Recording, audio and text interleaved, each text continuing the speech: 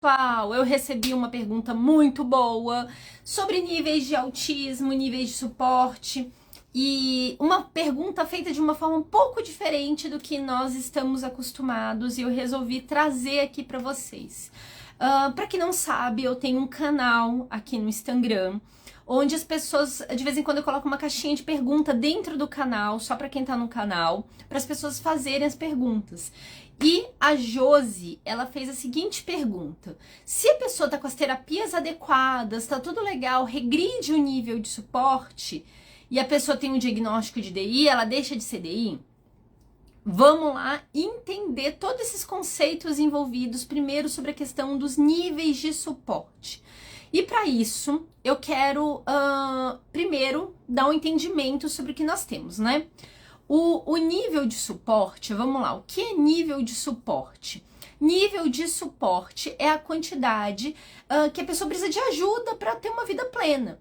Então, precisa de outros. O nível de suporte, gente, quanto mais a pessoa precisa de ajuda, mais aumenta esse nível de suporte. Esse nível de suporte, ele é compatível com a idade cronológica da pessoa. Então, um bebezinho precisa de muito suporte, é esperado que ele precise de muito suporte. Uma criança, já aos 5 anos, já reduz esse nível de suporte. Você pega ali um adulto, já reduz, todo mundo precisa de ajuda, isso é um fato. Mas o nível de suporte, ele vai estar em cima disso.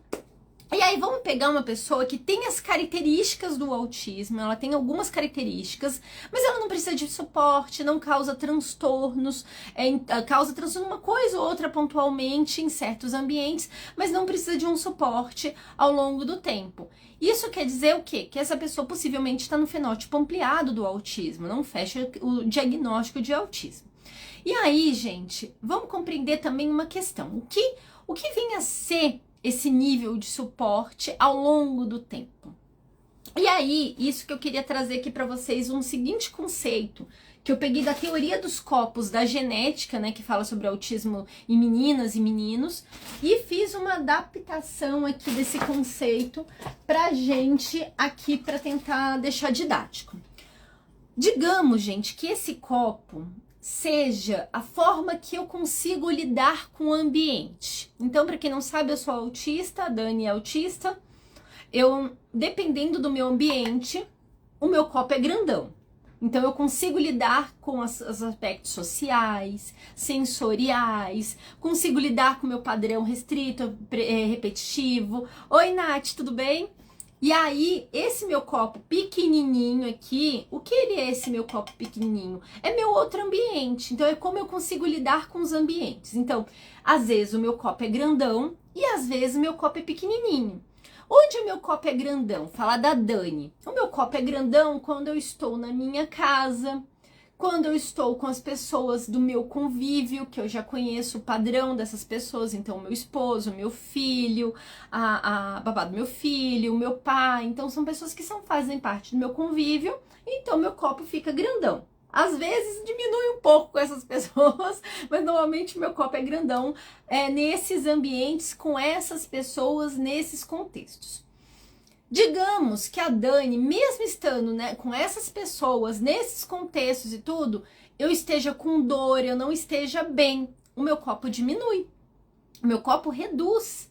Então, isso daí impacta muito. Ok. O que acontece nessa questão dos copos? Quando um profissional, ele vai... Vamos lá pegar aqui, ó. Vou pegar algumas pecinhas aqui para mostrar para vocês, tentar ser didática aqui, ó. Aqui, isso daqui é o que a gente tem que lidar no dia a dia. Digamos, esse profissional, ele vai estar analisando você ao longo do tempo. Então, ele vai estar ali olhando o quão cabe dentro do seu copo, dentro dos seus ambientes.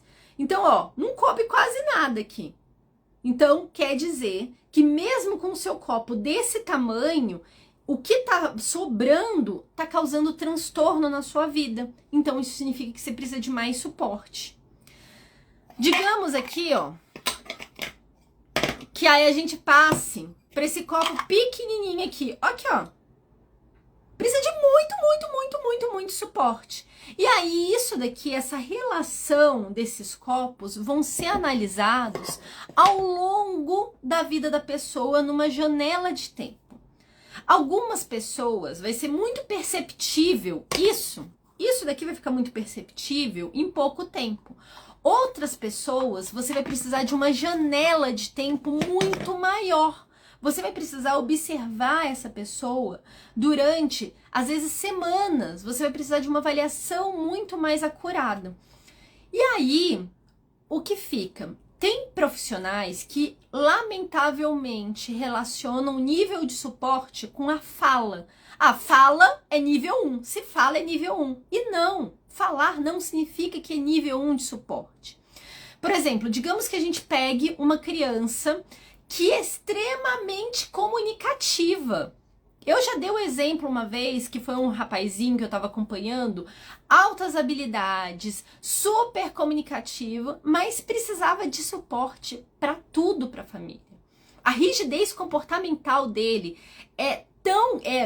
diminuiu bastante. Era tão grande que causava disfuncionalidade em toda a família.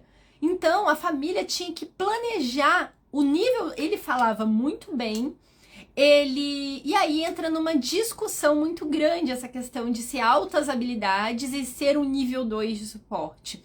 Por quê?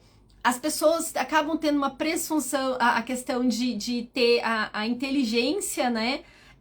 Por ele ter muitas habilidades e precisar de mais suporte para essas questões. Mas é porque o ambiente dele estava desfavorável. No momento que a gente deixou o ambiente mais favorável, trabalhou melhor a previsibilidade na escola, em casa, a gente conseguiu lidar com toda essa questão, o menino deslanchou, o menino foi, e isso que é a visão que nós temos que ter. Então tá, a gente entendeu sobre esses níveis de suporte, né? O Franklin! Bom dia, Franklin! Gente, o Franklin, eu vou colocar em breve uma aula do Franklin sobre a parte de direito, sobre como é que funciona a nossa estrutura governamental, porque quando as pessoas querem lutar sobre o direito dos autistas, não entendem como o nosso governo funciona, e o Franklin gravou uma aula super especial que eu vou colocar na Liga Light, e em breve vai estar lá, tá? Então, logo depois, eu devo colocar um pouco depois da Black Friday, depois dessa semana que é desse rebuliço, que ninguém tá conseguindo ver nada, eu vou colocar para dar atenção, para que a gente possa focar. Então, ó, gente, ó, voltando à questão, então, se não está cabendo nesse copo, precisa de mais suporte. Aí você me pergunta, Dani, por que alguns autistas, eles transitam tão rápido entre esses copos e outros não? Por exemplo, esse menino que eu falei para vocês, que ele tem altas habilidades e é autista, e ele estava como nível 2 de suporte e foi para nível 1 rapidamente. Questão assim de 2 meses, fazendo intervenção não nele, mas em toda a família, na escola, o menino assim, de repente no sentido, ele não precisou ter uma entrave muito grande para ensinar essas questões. Aí eu vou chamar uma coisa para vocês de comorbidades. O autismo é extremamente comórbido, ou seja, existem condições que agravam as questões do autismo. A gente sabe que mais de 80% dos autistas têm TDAH. Nós sabemos a grande correlação do autismo com sono. Então, se tem transtorno de sono, aprende menos, se escuta mal. Por exemplo, você pega, eu já citei várias vezes, uma pesquisa muito legal de um estudo do Dr. Paulo Liberalesso, que foi a tese de doutorado dele, onde ele pegou um grupo de pessoas e deu privação de sono, a pessoa não escutava bem e a pessoa não entendia direito, não conseguia aprender de forma adequada no dia seguinte. Imagina o nosso público, crianças autistas que estão em desenvolvimento, como o sono impacta, né? Então, nós temos a questão do transtorno de sono, nós temos a questão, por exemplo, do transtornos motores. Os transtornos motores, eles agravam muito. E aí, nós vamos juntando todos esses transtornos, né, que vão aumentando essa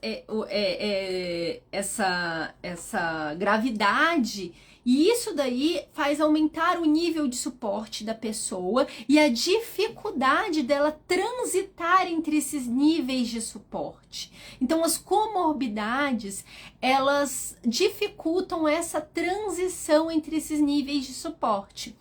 E aí, você me pergunta, Dani, ok, tá bom.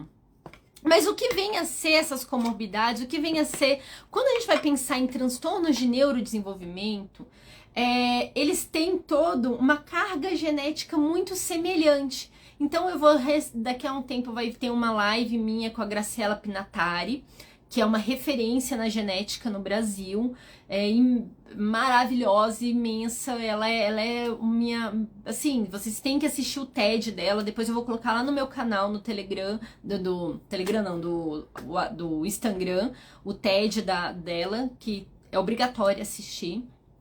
A gente vai falar sobre essa correlação genética entre os transtornos.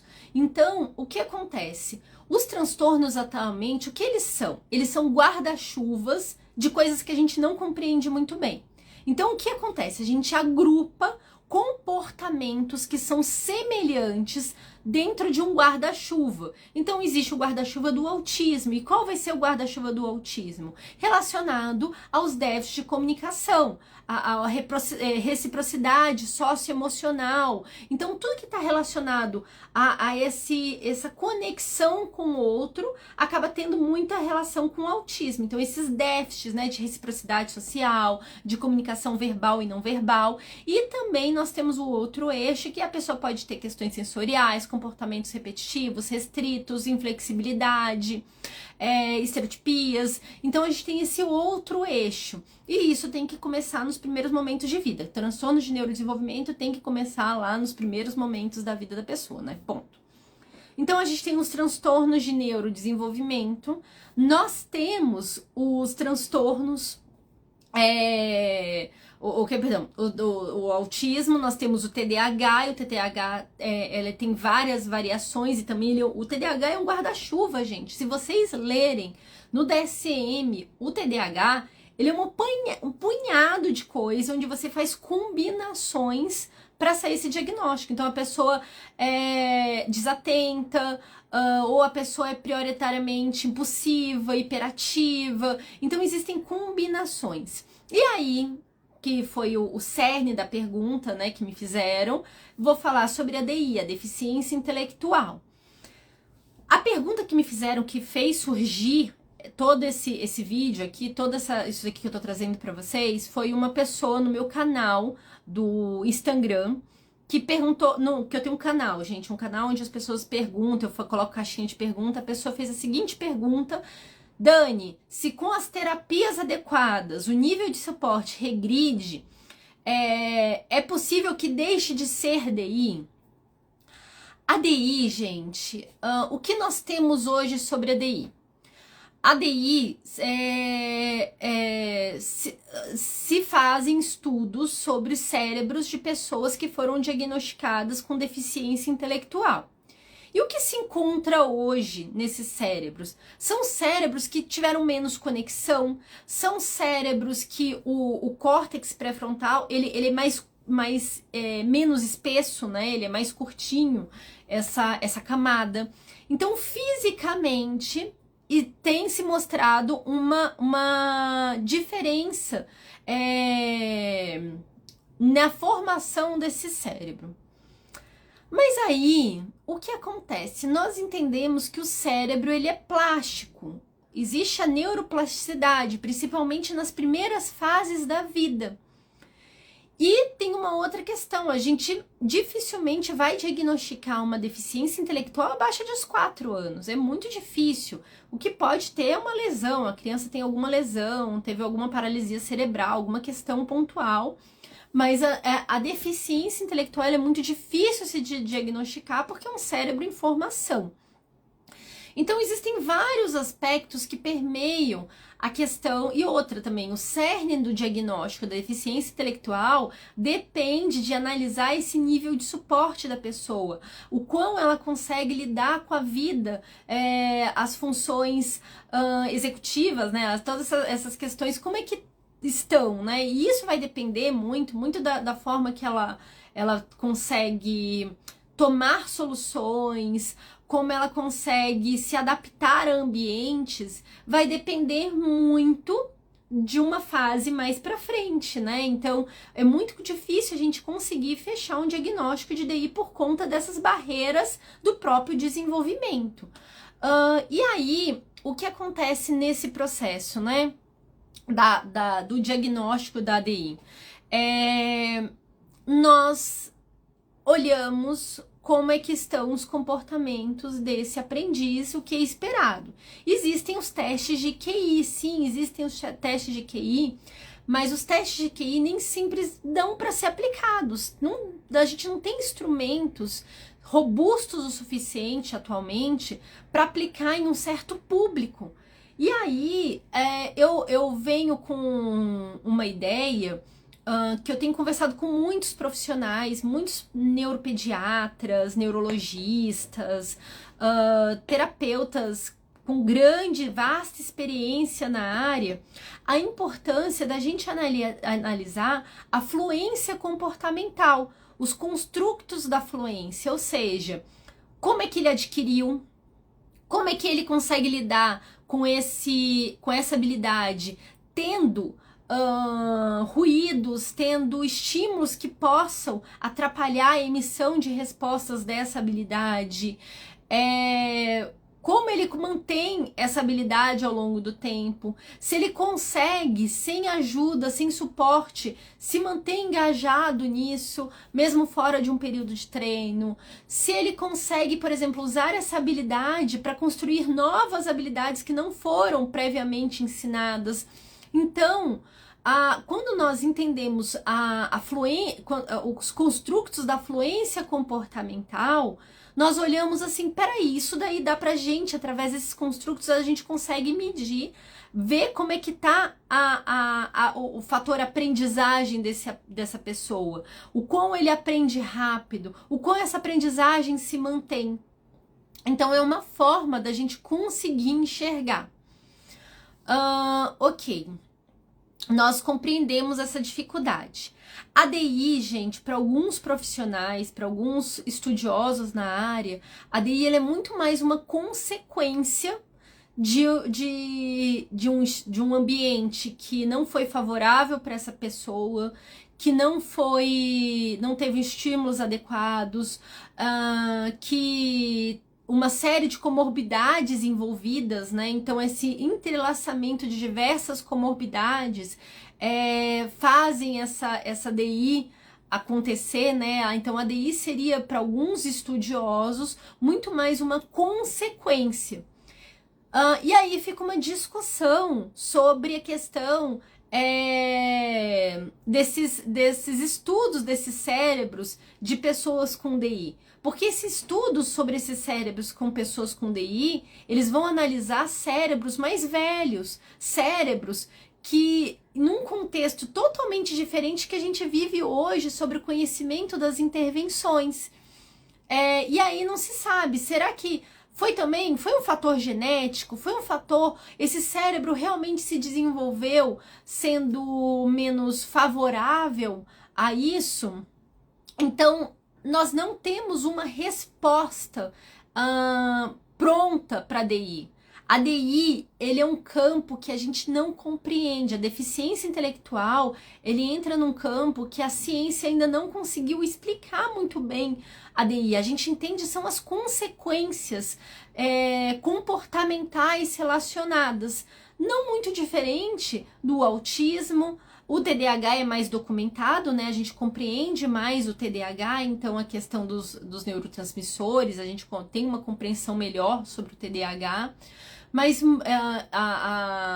os transtornos motores, né? A gente já tem uma certa compreensão desse processo de praxis, mas a gente ainda tem muito que estudar sobre os transtornos de neurodesenvolvimento. Então, respondendo a pergunta da pessoa, sim, a pessoa tinha um diagnóstico de TI, agora não tem mais, porque o nosso cérebro é plástico. O nosso cérebro é plástico. Intervenções precoces, gente, tem se mostrado aumento de consciente de inteligência, tem mostrado que a pessoa fica mais nos conceitos, no que a gente tem de construto de inteligência, né? A pessoa fica mais inteligente com intervenções adequadas. Então, assim, uma intervenção feita de forma assertiva possivelmente vai aumentar o QI dessa criança e vai aumentar a questão de habilidades. E aí, por que isso? Porque uma intervenção adequada, uma intervenção bem feita, ela não ensina para a pessoa a fazer, mas ensina a pessoa a construir ferramentas para fazer. E o que é isso, gente? É o que eu falei sobre fluência. Quando nós vamos selecionar habilidades para que esse aprendiz faça, ela tem que sair de uma peneira. Nós temos que escolher habilidades que são cúspides, né? Habilidades que abram a outras habilidades. Então, por exemplo, quando a gente vai ensinar leitura é importante, o processo de imitação é importante, uma habilidade cúspide. Nós precisamos pensar nisso. E nós temos que pensar também o envolvimento dessa habilidade com as habilidades pivotais. Então, assim, isso daí vai ajudar na regulação emocional, né? Regulação socioemocional. Então, tem vários fatores. Nós vamos olhar também, quando a gente vai ensinar uma habilidade, os pré-requisitos dessa habilidade. Então, vou olhar o fator as habilidades cúspides, habilidades pivotais, olhar a questão se os pré-requisitos são compatíveis, é toda a base para fazer uma intervenção adequada. Então a gente vai selecionar habilidades que possam abrir portas para muitas outras habilidades. Selecionado isso e bem encaixado isso, a gente vai pensar no seguinte, ok, eu vou ensinar essa habilidade para esse meu aprendiz. Mas ele precisa criar fluência o mais rápido possível. Então a minha intervenção tem que ser baseada no quê? Nos construtos da fluência comportamental. E quais são esses construtos? Eu já falei não sei quantas vezes, eu tenho meu trabalho, minha dissertação foi justamente sobre isso. De conclusão da minha pós-graduação, foi justamente sobre fluência comportamental. Eu já disponibilizei em vários lugares isso, e aí eu peguei o que o Binder, em 96, ele traz como REPS, porque eu acho um termo muito difícil, eu reorganizei como pareia. Então, nós precisamos que ele tenha precisão, a gente precisa que ele tenha... Eu vou trazer, deixa eu pegar aqui um minutinho, cada construto desse para não passar vergonha, né, gente? Porque às vezes minha memória falha e depois eu passo vergonha. Não posso passar vergonha aqui, né? Tem aqui mais de 40 pessoas nessa live. Vamos lá.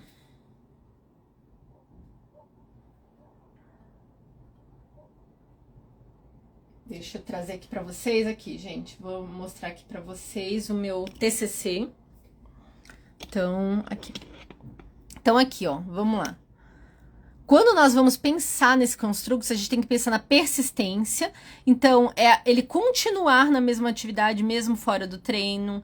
Aplicação, então aplicar essa habilidade em novas situações. Retenção, que é o tempo que ele vai se manter essa habilidade, né? E estabilidade, então usar essa habilidade mesmo depois do treino, mesmo com contingências concorrentes, com ruídos. E adução é usar essa habilidade para aprender novas coisas. Então, toda a nossa intervenção tem que ser pautada nisso. Uma boa intervenção, ela tem essa base. E era isso que eu queria trazer para vocês. Eu espero que essa live tenha sido produtiva, né? Eu tentei ser o mais breve possível nessa live, para que a gente não fique aqui muito tempo falando. Eu vou fazer uma aula mais formal sobre isso. Eu pretendo fazer em breve uma aula mais formal, com slide, para que vocês entendam todo esse meu raciocínio, né? Porque eu tiro umas ideias assim que eu vou conectando e tudo, e pra mim tá muito lógico. Tipo, a história dessa caixinha aqui, pra mim as coisas estão muito lógicas.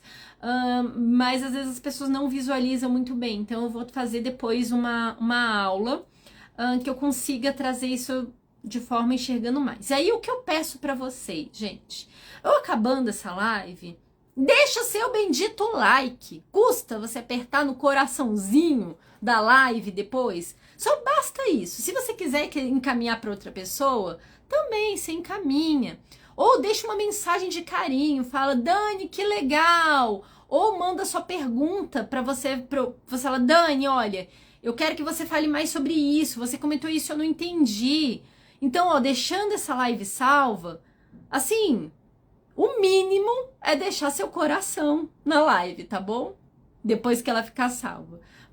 Um abraço pra vocês, tudo de bom e até mais.